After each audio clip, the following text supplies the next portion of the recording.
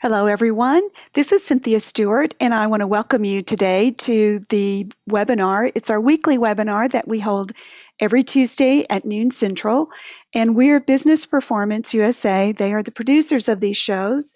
We're honored to have you as our guests, and we're looking forward to this webinar. It's really an interesting one. I know I really want to know all about what's in a name because I hear so much about identity theft, and it's real important to know how your name gets mismatched with other names. So we're going to hear from Nancy Roberts here in a moment. But let me tell you a little bit about business performance. Basically, we're a voluntary association of executives that really want to pay it forward for the community inside of businesses and nonprofits and in the professional world at large. And so what we do is we offer this weekly webinar on a variety of topics like today's, which is about background screening. And we are a business information exchange. So when you become a member, you can actually meet people from across the U.S. who are engaged in business conversations on all kinds of topics. And you can become a member at no cost and engage at any time. And when you do become a member, you're always able to see all of the webinars that we've produced to date. And we've been at this for more than a year now. So, in fact, I think it's about 15 months. We're at 4, so it'd be about 60 webinars so far. Lots and lots and lots of great presenters and good topics. So we invite you to join us. And as you see, our webinar today is What's in a Name?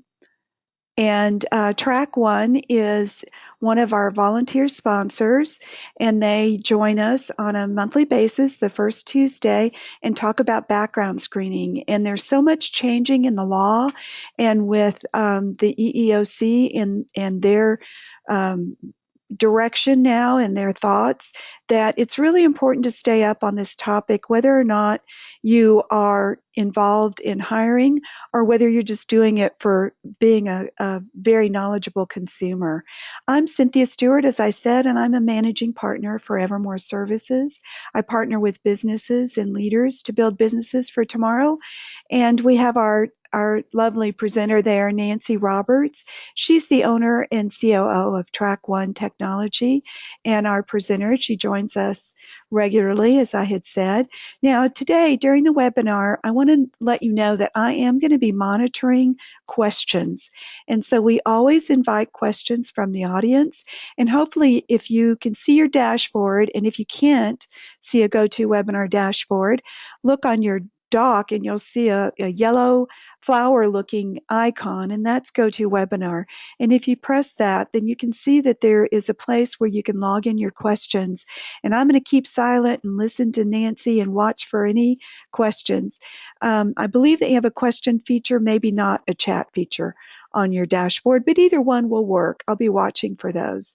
And just to let you know, we are recording this webinar, so if you want to share it with anyone after the fact, we'll have it posted on our website coming up here no later than, say, Wednesday or Thursday. So with that, let me go ahead and introduce our presenter. I know that you're going to want to find out about Nancy. As I said, she's owner of Track One, a professionally accredited background screening firm. And that's why we like to hear from our executive presenters. They're all leaders in their fields, and certainly Nancy Lynn is an incredible leader in the field of background screening. She's a nationally accredited. Her firm is actually one of the few. There's only a few firms well, I shouldn't say a few, but not all firms that do background screening are accredited. But she does have an accredited firm, and she serves in all 50 states. She's served as a chief operations officer, a compliance professional, a risk manager.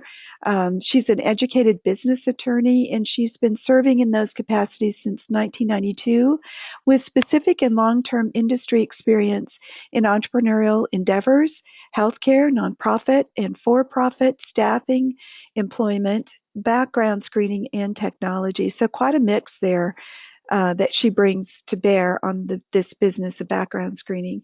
She has an established record of reducing or managing risks for both entrepreneurial and established companies, and has built from the ground up comprehensive compliance programs and processes for large multi-corporate systems and small businesses alike.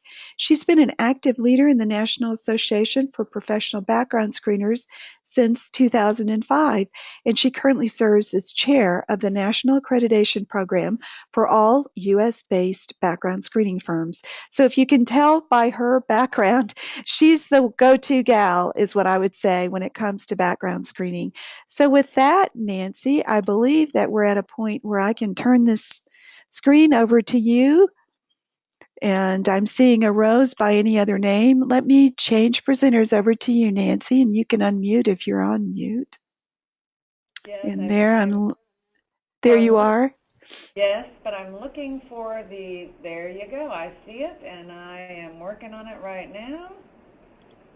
And hopefully you all are now able to see. There we are. So first of all, welcome. Thank you for that lovely introduction, Cynthia.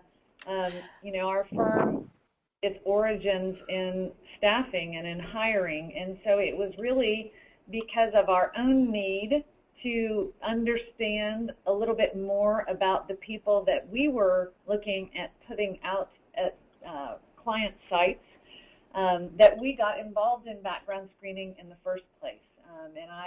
I'm one of those people that if I'm going to do anything, I'm going to do it all in. And I applied all of my legal prowess and compliance history knowledge and dug in and figured out how to do it well and how to do it in a way that would really help our clients while also being sure that we preserve the rights of consumers. And so that is certainly at the heart of Track One. It's at the heart of our company. We believe that relationships should start from a place of truth and transparency, and that's a great foundation for every relationship. And so with that, we have become involved in these webinars and are so pleased to be able to provide training. So let's get started, and we'll talk And about. Nancy, I'm going to have to interrupt you because the screen we're seeing is the PowerPoint. Um, it's the wrong screen, Okay. and we're seeing your screen, but it's showing the one. And I'm not really an aficionado on PowerPoint, but I have seen it. What we're seeing is kind of the control. Okay, Okay. Is there. That's better. that better? Yeah, and you may need to zoom your screen. I'm showing at 41%. If you can zoom it up some more, it's showing very small on the screen. Okay. Try zoom up. See if there's a zoom on your. Yeah, no, it's not. It's set into full slide, so I am. There is. Do you see the screen? Something that says zoom, a little blue screen. No, I do not have a blue screen, ma'am. I'm working on all that I do. Zoom into the It's slide. an icon, a blue screen, so it's tiny, tiny little thing on the top left. Yeah, I don't have that on mine. So hold on, I'm Well, maybe looking. it's my problem. Nope, it's not. So you are probably seeing, yeah, it is not, that is a, sorry, ladies and gentlemen. Yep.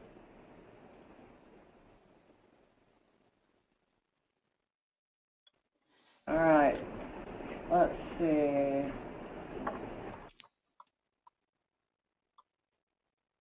I wish I could be more help to you, Nancy. I'm Yeah, not. I got someone coming in. Do you see my PowerPoint now? I do see your PowerPoint and it's tiny, but let's It's, go ahead. If they're coming in, go ahead and get started. And when they come, we can just. yeah, but so she's saying this visual is very small for them, even We're though it's huge. seeing Zoom 41%.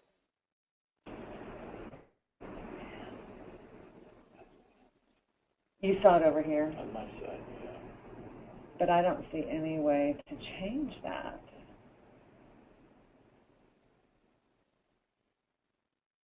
I'm sorry, we're checking to see if there's something that I don't know, but I mean, on my screen it's full size. Oh, really? So it is, so that's why I was looking through all of the webinar material stuff to see if there's something I could do.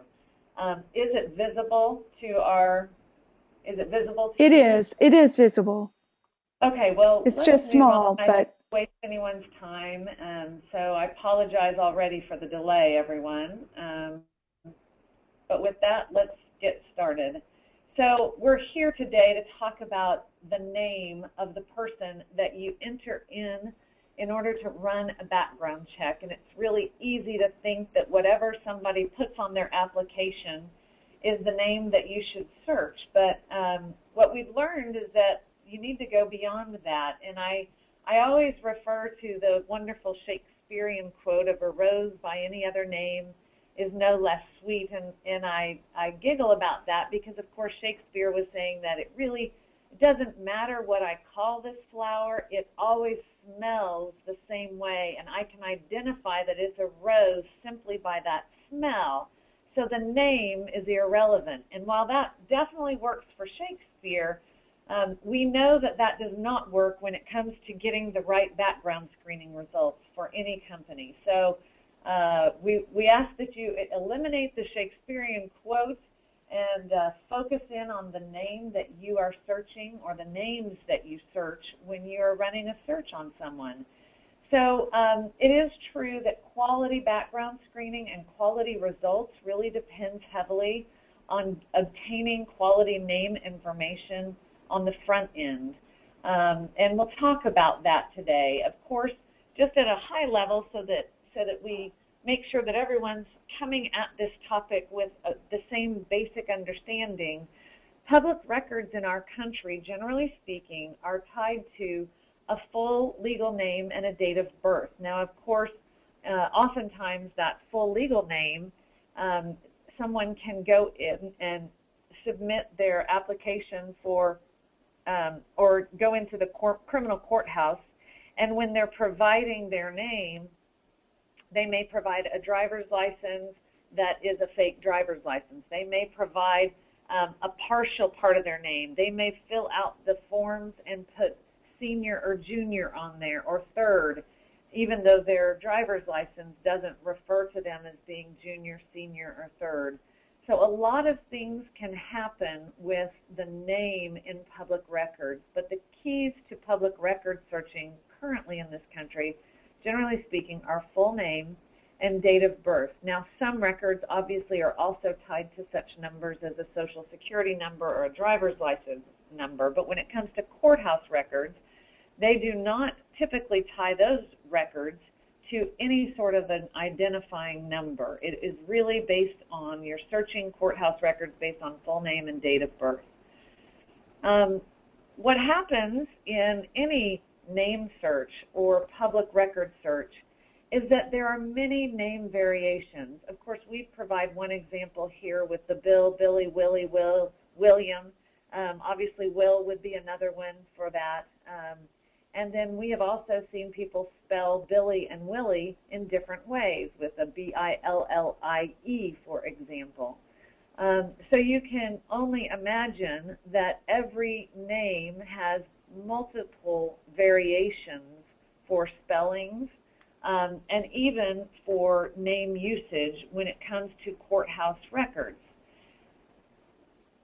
So that is one area, the name variations, that can really impact the quality of your search. So if you are typing in a search for Will versus Bill versus Billy, and we'll talk about what we can do to overcome these challenges in just a minute, but first we're just kind of going through what the actual challenges are. The second area where name can be challenging is when people go through any sort of a legal name change. Now, an obvious one is for many women will change their name, their last name, when they get married. Some women will, and I'll use myself as an example, if my original birth name was Nancy Lynn Davis when I got married, I had two options. I could choose to become Nancy, change my name legally to Nancy Davis Roberts, which many people do. They put their maiden name into their middle name and omit or eliminate their original birth middle name. But other people will retain the name Nancy Lynn and then change the last name from their maiden name Davis to their new name of Roberts, so Nancy Lynn Roberts.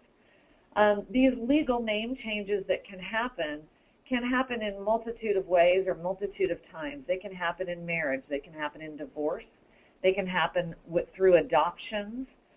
They can happen simply because somebody says, my mother named me that and I don't like that name. I want to be called something else. They also can happen in situations, for example, when there's a reason that somebody's trying to make a name change. So somebody gets out of prison, for example, and they want to start a new life and try to kind of eliminate their past. So a legal name change can happen at that time as well. Really, any of these adjustments or changes to a legal name, whether it's through an event that takes place or an adjustment to a name, like an original record maybe didn't spell correctly, or they omitted something like a junior or senior, so they're correcting the original documentation.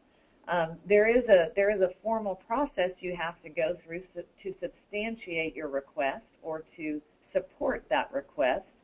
Our country doesn't just generally grant those requests for no reason, but they are granted on a regular basis. So that's another area where people can change their names, and in the process of changing their names, you could lose a part of their history or historical information from public record searches.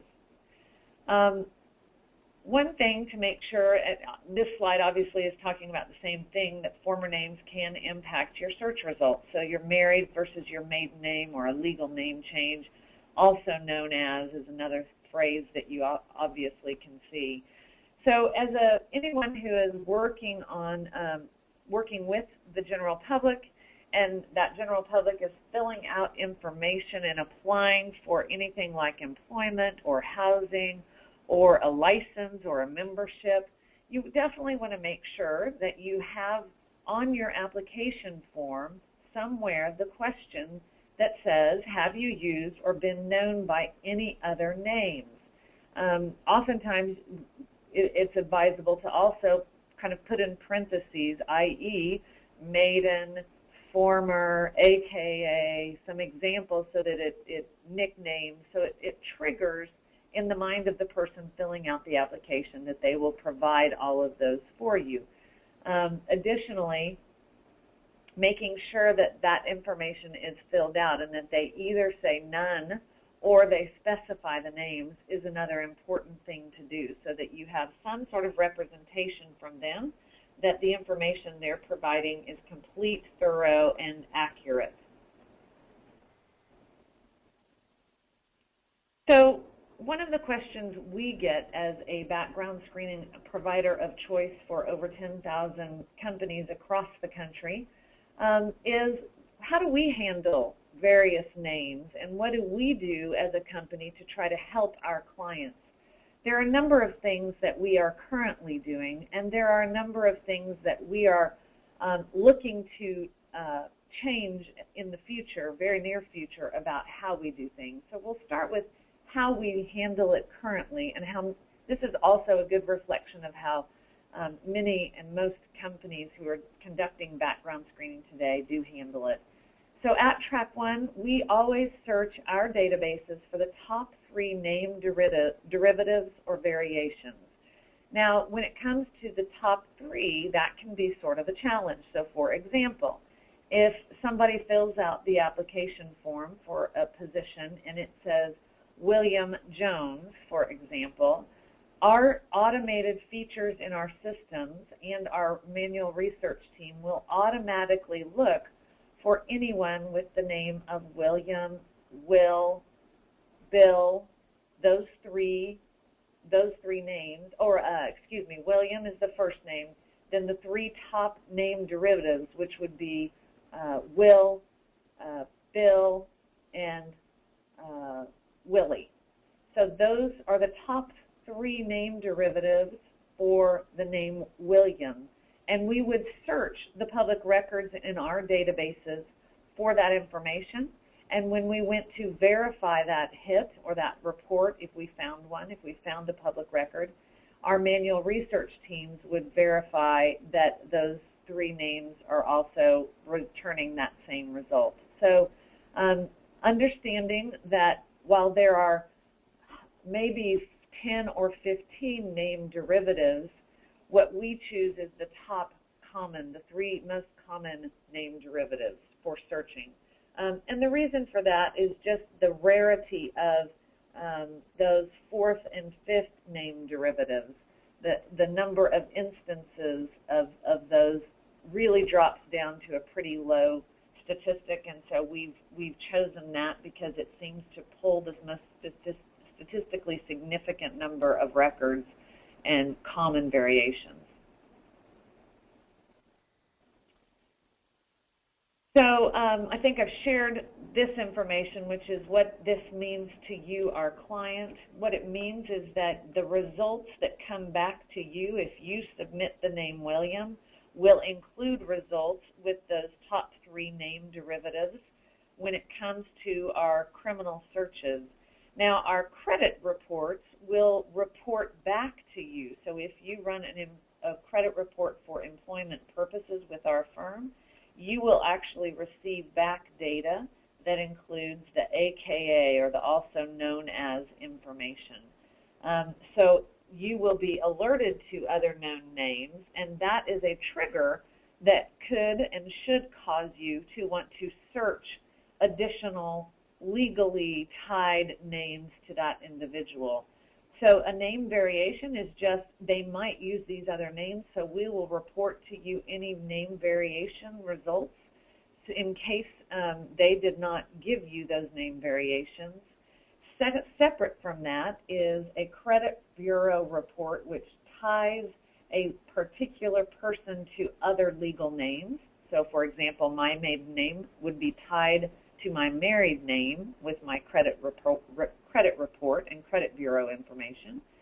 And when somebody issues that report, then what I would want to do if I were looking to hire me, for example, is I would want to run a separate background check using those other AKA names. So if I filled out the application as Nancy Lynn Roberts, identified that my maiden name was Nancy Lynn Davis, then when the person at that company goes to submit my information into the Track 1 system to run a background check, they would want to search both Nancy Lynn Roberts and Nancy Lynn Davis to get all results back from both of those names. I think a lot of people that we work with, are learning how important it is that they seek and search both of those names. So at Track 1, we do ask our clients to submit any requests with any of the known alias, former, maiden, AKA names so that we can be sure they get back the most information about the individual that's applying with them.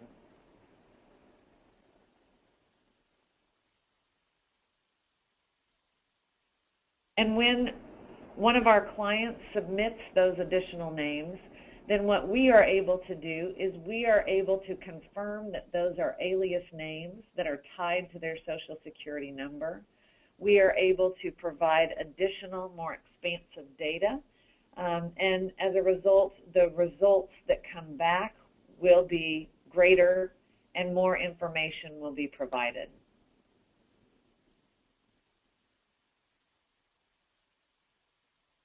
The other aspect of the name issue is that when you ask an applicant to tell you all of their known names, and then you run a credit header or a credit report check on them, what will happen is you will find out if they disclosed all of their known names to you, and it will be a way to test the truthfulness of their application. So taking the results from that credit report run and in that AKA, also known as line, it can be very important to compare those also known as names to the names that they provided to you on the application to evaluate whether they've told you everything that there is to tell you. So while today's webinar is definitely one of our shorter webinars, we opted to really focus in on the importance of names with this webinar and not combine that topic with other topics that have to do with identity, which is a much bigger topic, but really get you as a client honed in on what information do I need to provide to a background screening company, what information do I need to obtain from an applicant in order to provide the best information to a background screening company, and what can I expect a background screening company to do. So your takeaway points today are probably fourfold. One is that you want to make sure that you understand that the quality of the name you provide is directly related to the quality of the results you get in a background search. You want to make sure that you and your staff understand that the key identifiers are name and date of birth when it comes to most public record searches. That would include criminal record searches, civil courthouse searches, sex offender record searches. Additionally, name variations are something that your background screening provider of choice should be automatically searching for you, and you should know and understand what their standard is for searching those, since there are literally, in many cases, up to 25 different name variations. Secondly, you want to make sure that you are searching and submitting to your background screening company all former names and any other known names that could generate additional results on an individual's background check. And then finally, we want to make sure that our clients know and understand that we are searching the top 3 name derivatives, as well as all other provided names for our clients. So these 4 takeaway points should get you headed in the right direction to ensure that you're obtaining quality background screening results. So with that, Cynthia, I know oftentimes there are questions at the end, and I also know that our next webinar next month on this same first Tuesday of the month, we will be talking about filling in the gaps, and of course this has to do with how important verifications of resume information can be and are. So we look forward to sharing that with you next month. But in the meantime, Cynthia, if we have any questions, I'm happy to answer them. I have a few for you, and folks, I'd love for you to go ahead and type in questions because we do have some time now. And you can use your question feature on your dashboard. If you don't find your dashboard, look in your dock for that yellow looking flower. It's a 6-petal flower, I guess I'd call it, the go-to webinar icon. And click on that and your dashboard should be revealed to you. So Nancy, one of the questions I have is, I noticed that you use both full name and the date of birth. How often do you come across duplications of name at birth and the birth date being the same? Yes, it does happen. There's no question about it. And then we start looking at additional identifiers like physical address, and we really work with our clients in those situations to identify whether we've got the right record information for someone. You know, if they've always lived in the state of Alaska and have never ventured outside of Alaska, and we get a criminal record result for that person from out of Florida, you know, that's a way to raise a question.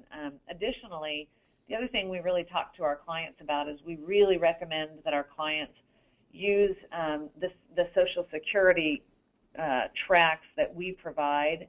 There's different versions of that. There's a Social Security check, there's a CRIM track and an SSN track. but those different searches can result in different information being returned to the client that will help eliminate some of the duplication that can take place between names and date of birth. I think our bigger problem, Cynthia, honestly, and certainly for our clients as well as for our company, is that many public record data sets simply are not complete when it comes to date of birth or have inaccuracies.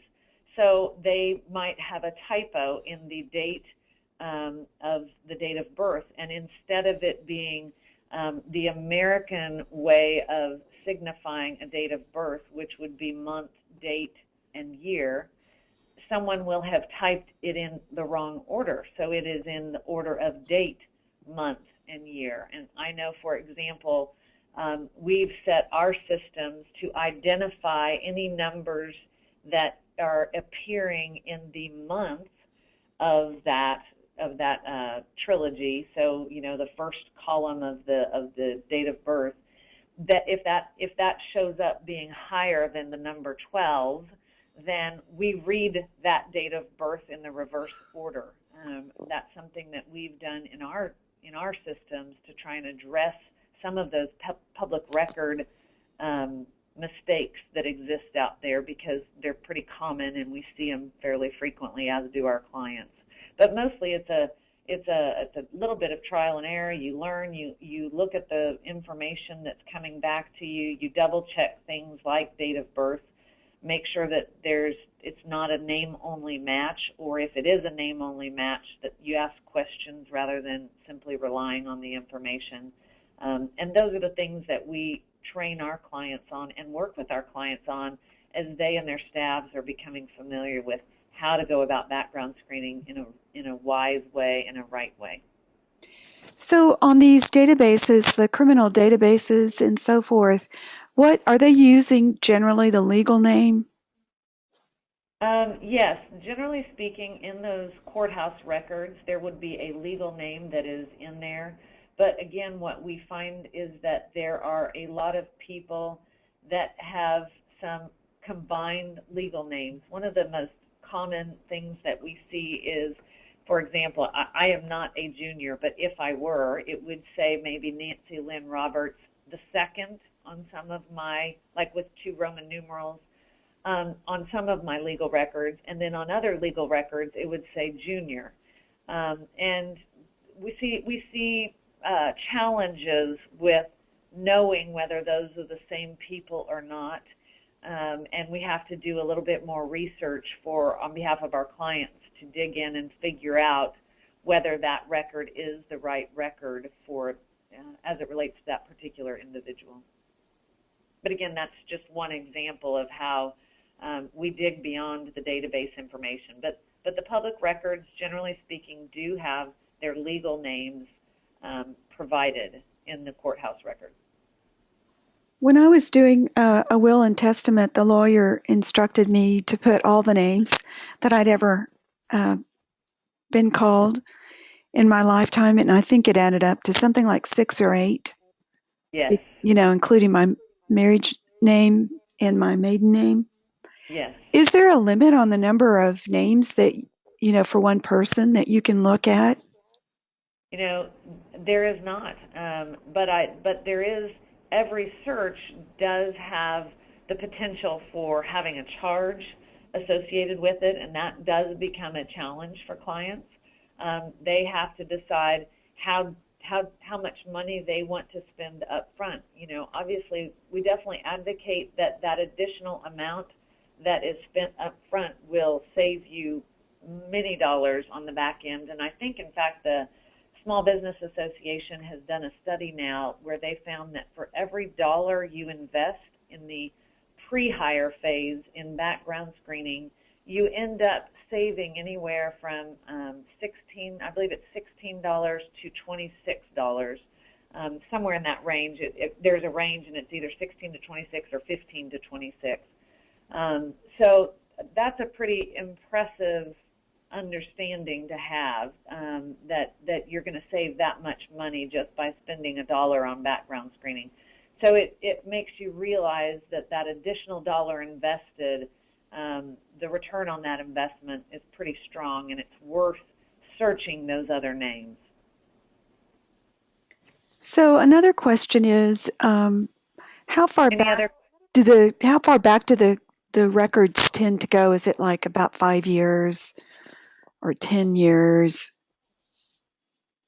Yes, so there are, first of all, the database of records in many cases will date back 50, 60, 80 years. So while there is oftentimes an unlimited amount of information available through the public record resources, whether that information is reportable and whether that information can be used by our clients are very different questions.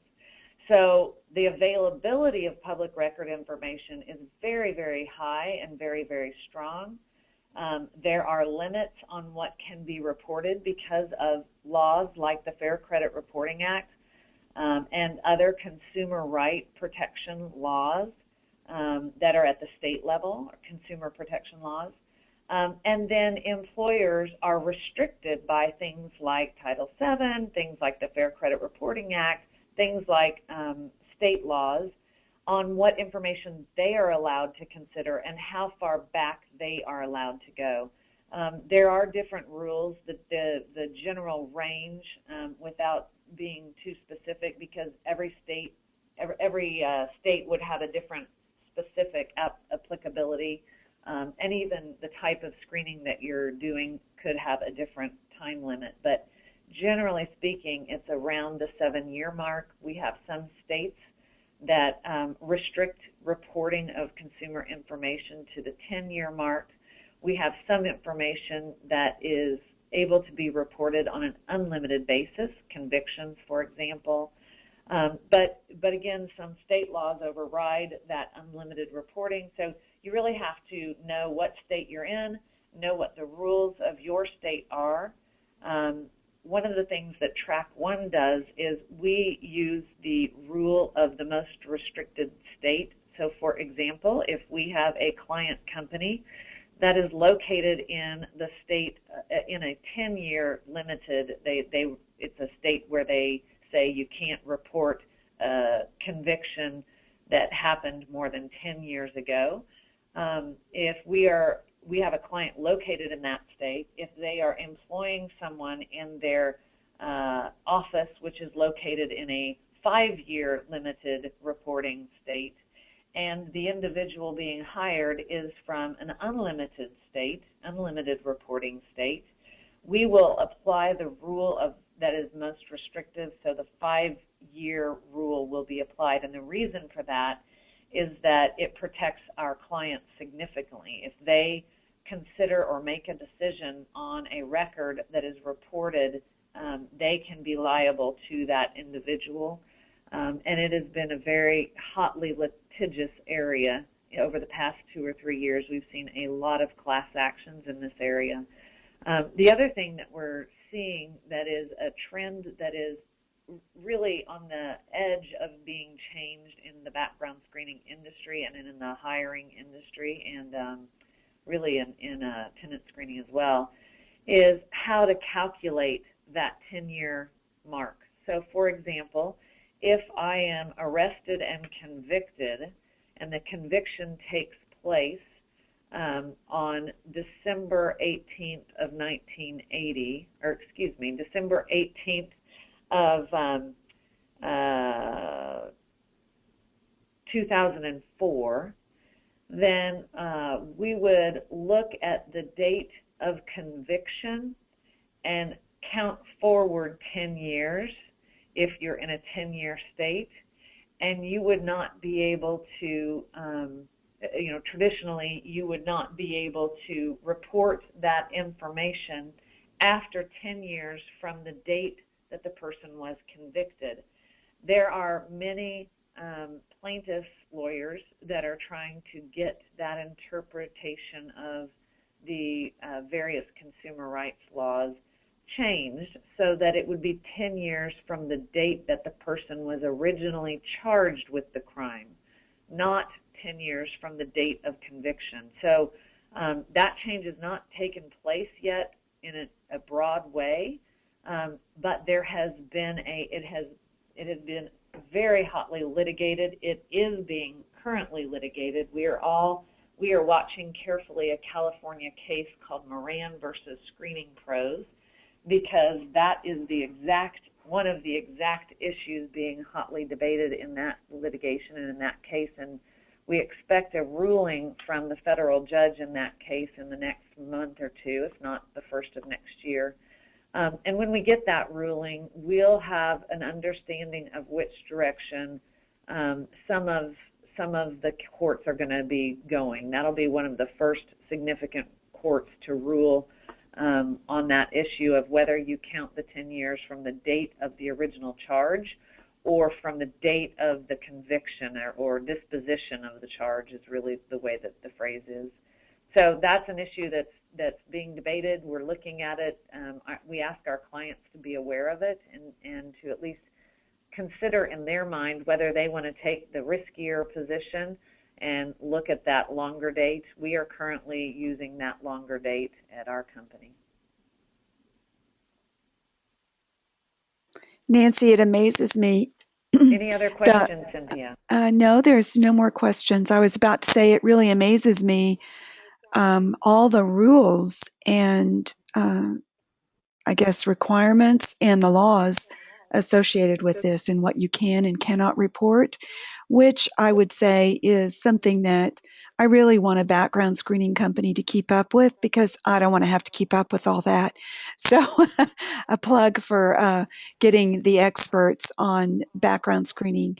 As you can, as you answer all these questions, I had no idea that states would limit the reporting periods, for instance.